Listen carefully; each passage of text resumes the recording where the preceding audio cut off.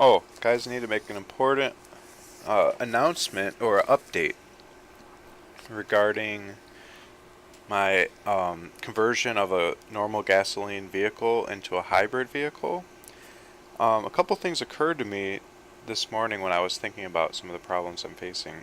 And one of them was, why not connect the rear motor, which I'm mounting just in front of the gas tank, toward the front of the car, just right in front of there, maybe even overlapping into where the gas tank normally takes up by making the gas tank a little narrower to create room. Why not mount those motors there, and then have them connected by chains and pulleys and countershafts or whatever to the rear wheels instead of the front wheels. Now I know the car is a front wheel drive, and that's why I prefer to connect it to the front wheels. But because the steering and everything is connected to those same wheels, it's just really tight clearance. It'd be very difficult. I think it's possible, but very difficult to actually run chains, pulleys, and countershafts um, to be able to actuate the front wheels. So I'm thinking maybe just connect them to the rear wheels. What do you guys think about that? Would that be a problem? I don't think it'd be a problem. I think that would be a lot easier actually. So that's now my tentative new plan, is to investigate that and possibly have that be my solution, even though it's a front wheel drive vehicle. Um, Next, it hit me, like, where am I going to fit all these batteries? And I've been really coming up with everything I could come up with.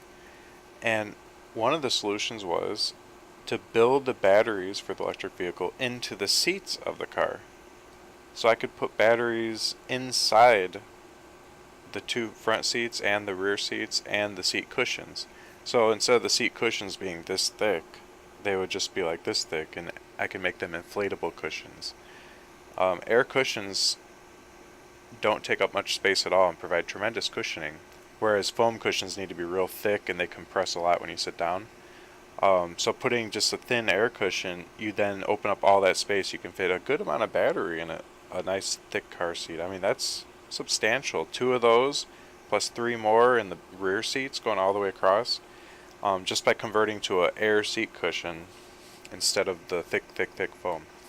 So that's now my new solution for coming up with creative ways to put additional batteries into this thing without taking up all of the useful room, like your entire trunk and rear seats and all that stuff. So, so to summarize, we'd be putting the batteries mounted inside the two front seats and the rear seats, where normally foam would be, instead converting to inflatable seats, which don't need to be nearly so thick to provide the proper support for passengers.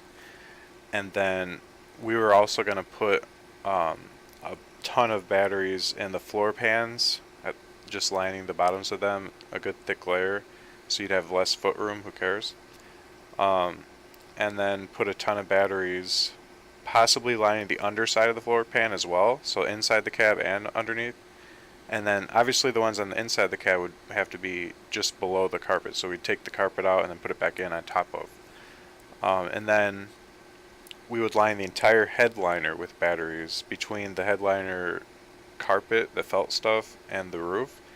We would just drop the headliner lower, because I noticed headliners in cars have a ton of headroom that's not really necessary. You can lower them down and just have, like, that thick or whatever battery along the headliner as well. Now I know having these batteries all around like this kind of is scary a little bit, since they can burst into flames, but YOLO. Gotta do what you gotta do.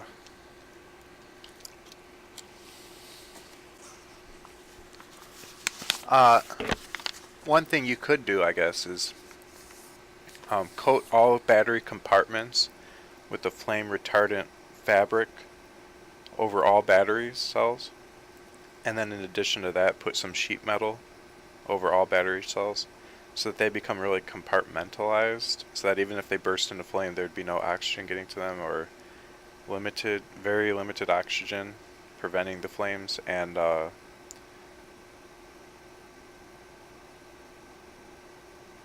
just generally keeping that insulative layer, extra shielding from it from the passengers.